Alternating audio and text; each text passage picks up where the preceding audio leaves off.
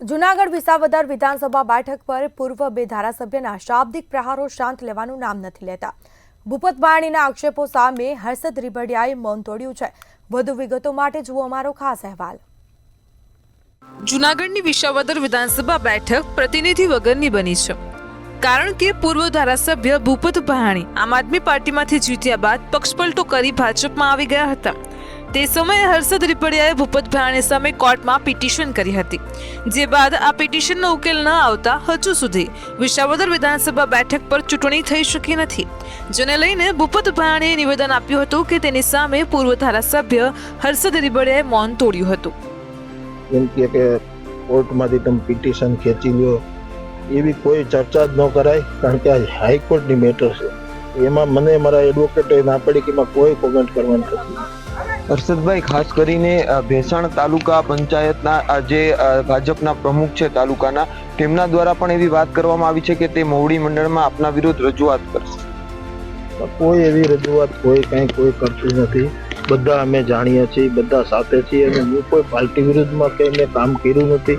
હર્ષદ રીબડિયાના નિવેદન પર વધુ એકવાર પૂર્વ ધારાસભ્ય ભૂપત ભાયાણીએ પ્રહારો કર્યા છે। મોટા ભાઈ છે તે મોટી વાતો કરે છે, જો મન દુઃખ ન હોય તો મારી સાથે આવીને પિટિશન પરત ખેંચી લેવી જોઈએ। પિટિશન પરત ખેંચવાની રજૂઆત લઈ લે હર્ષદ પાસે હું ઘણીવાર ગયો હતો અને મોવડી મંડળમાંથી પણ પિટિશન બાબતે હર્ષદ રીબડિયાને સૂચનાઓ આપવામાં આવી છે, છતાં તે ઉલ્લંઘન કરી રહ્યા છે અને જનતાના હિતમાં, ખેડૂતોના હિતમાં, વિસ્તારના હિતમાં અને પાર્ટીના પણ હિતમાં પિટિશન ખેંચી લેવી છે એવું મને કહી દે તો આજે સાંજે અમે નીકળી અને હાઈકોર્ટ ના દરવાજા ખખડાવીને પિટિશન પરત ખેંચી લેવી જોઈએ। હર્ષદભાઈ, બંને ધારાસભ્ય, માજી ધારાસભ્ય ભૂપતભાઈ ભાયાણી અને હર્ષદભાઈ રીબડિયા જે આમને સામને થયા છે અને આરોપ અને પ્રત્યારોપ બે લગાડી રહ્યા છે, પણ મારા ખ્યાલ મુજબ આ બંને હાંસીને પાત્ર છે, કારણ કે બંને એકબીજાના ઉપર દોષારોપણ છે, પણ ગુનેગાર તો બે છે। આમ જનતાના બે ગદ્દારી કરી છે, એકે કોંગ્રેસ છોડી અને ભાજપમાં ગયા, બીજા જણાએ ભાજપ છોડીને આમ આદમીમાં પછી ભાજપમાં।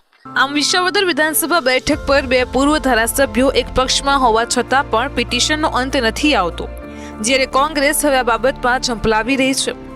જોવું એ રહ્યું કે વિસાવદર વિધાનસભા બેઠક પર થયેલ પિટિશન ક્યારે દૂર થાય છે અને ક્યારે લોકોને પોતાના પ્રતિનિધિ મળે છે। અમર બખાઈ, મંતવ્ય ન્યૂઝ, જૂનાગઢ।